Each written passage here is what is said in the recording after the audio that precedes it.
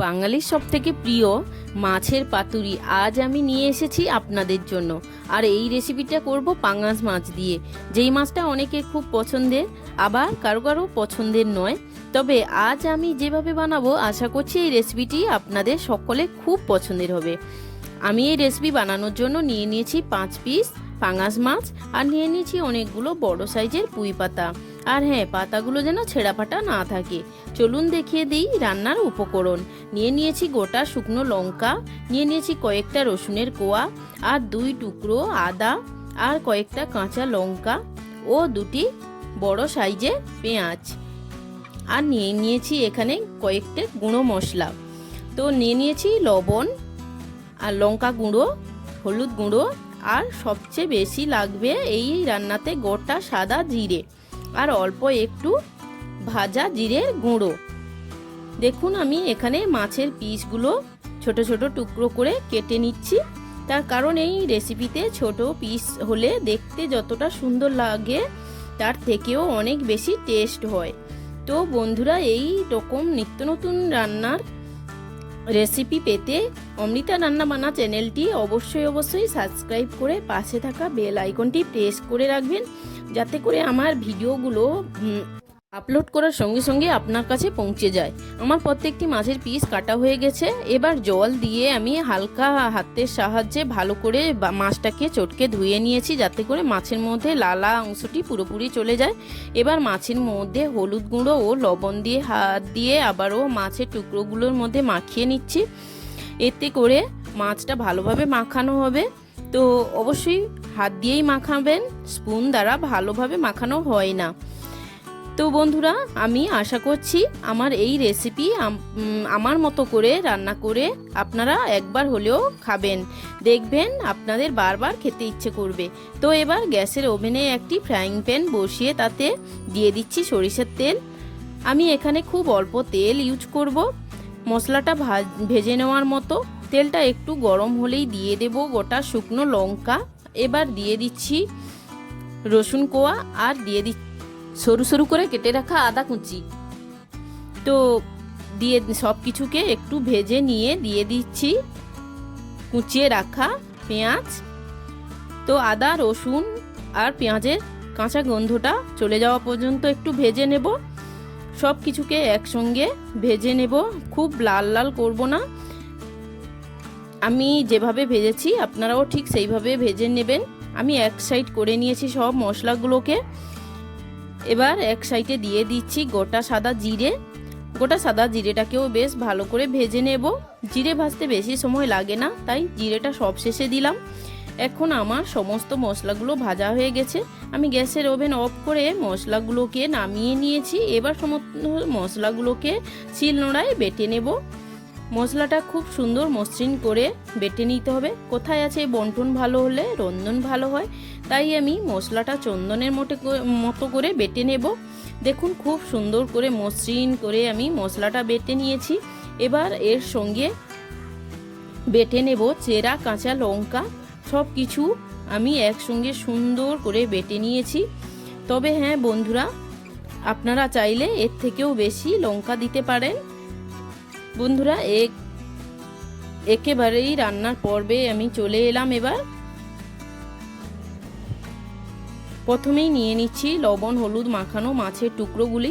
এবার ভালো করে মাছের সঙ্গে আরও কিছু মশলা অ্যাড করছি। যেহেতু পুঁই পাতায় কোনো রূপ মশলা দেব না, তাই প্রথমেই দিয়ে দিচ্ছি 1 চামচ জিরে গুঁড়ো, পরিমাণ মতো লবণ, আর একটু হলুদ গুঁড়ো, আর সবশেষে দিয়ে দেব এই রেসিপির জাদু মশলা, যা পাতুরির স্বাদ দ্বিগুণ করে বাড়িয়ে তুলবে। তো নিয়ে নিচ্ছি সেই মশলা।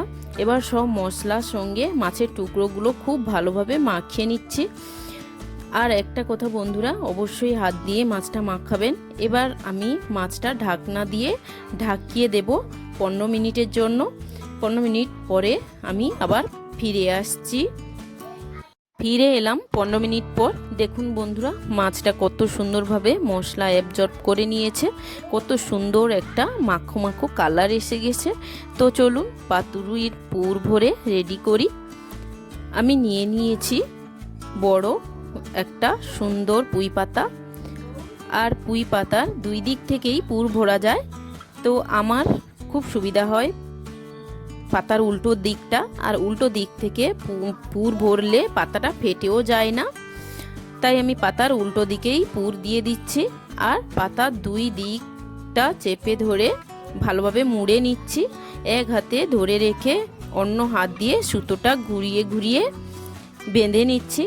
শেষে প্লেটের মধ্যে রেখে বাড়তি সুতোটা ভালোভাবে বেঁধে কাঁচি দ্বারা কেটে নিতে হবে।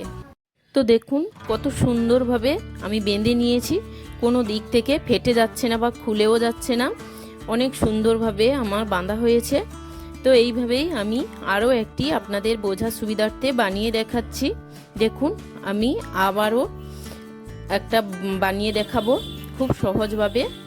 আর এইভাবে সামনের দিক থেকেও নিতে পারেন, আবার উল্টো দিক থেকেও করতে পারেন। তো আমি উল্টো দিকে আবারও পুরটা দিয়ে দিলাম।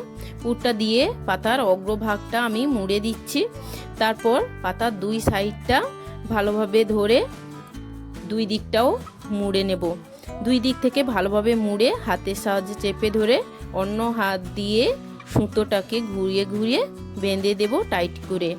তবে এমনভাবে বাঁধতে হবে যেন পাতাটা ফেটে না যায় বা খুলে পুর না পড়ে যায়। তো দেখুন কত সুন্দরভাবে আমি আবারও একটি বেঁধে নিচ্ছি। এইভাবেই আপনারাও বেঁধে নেবেন। এইভাবে বেশ কয়েকটা আমি বানিয়ে নিয়েছি। এবার রান্নার জন্য গ্যাসের ওভেনে একটা প্যান গরম করতে বসিয়ে দিচ্ছি, আর বাকি পুর আর পাতাগুলো আমি রান্নার ফাঁকে ফাঁকে বানিয়ে নেব। তো এখন আমার এখনো অনেকগুলো পাতা রয়ে গেছে আর পুর রয়ে গেছে। তো চলুন রান্নাটা এবার দেখিয়ে দিই। তো আমার পুরোপুরি রেডি হয়ে গেছে সমস্তটা। আর এখন ফ্রাইং প্যানে সরষের তেল গরম করতে দিয়ে দিয়েছি।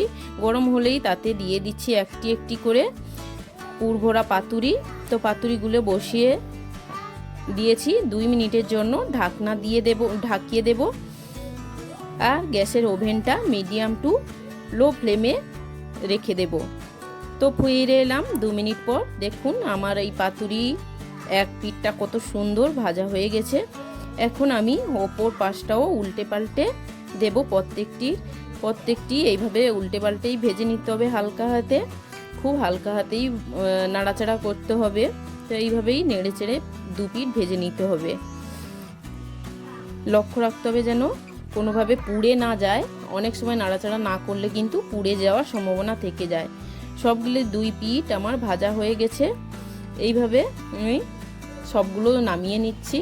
আর দেখুন আমার অনেকটা জায়গাও রয়েছে, বাকি পাতুরিগুলোও আমি তুলে দিয়েছি ভাজার জন্য। আর খুব সুন্দর স্মেলও বেরোচ্ছে। বন্ধুরা আপনারা চাইলে এখানে ভাজার সময় আরও একটু বেশি তেল দিতে পারেন। তবে আমি বাড়ির ছোট বাচ্চা ও বয়স্কদের কথা মাথায় রেখে আমার প্রত্যেকটি রেসিপি অল্প তেল মশলাতে টেস্টি বানানোর চেষ্টা করি। বন্ধুরা আমার এই রেসিপি যদি আপনাদের হেল্পফুল মনে হয় তবে একটি লাইক ও কমেন্ট করার অনুরোধ রইল। তবে দেখা হচ্ছে পরের রেসিপিতে। ততক্ষণের জন্য ভালো থাকবেন, সুস্থ থাকবেন, টাটা, ভালো থাকবেন। রেসিপিটি ভালো লাগলে চ্যানেলটি অবশ্যই সাবস্ক্রাইব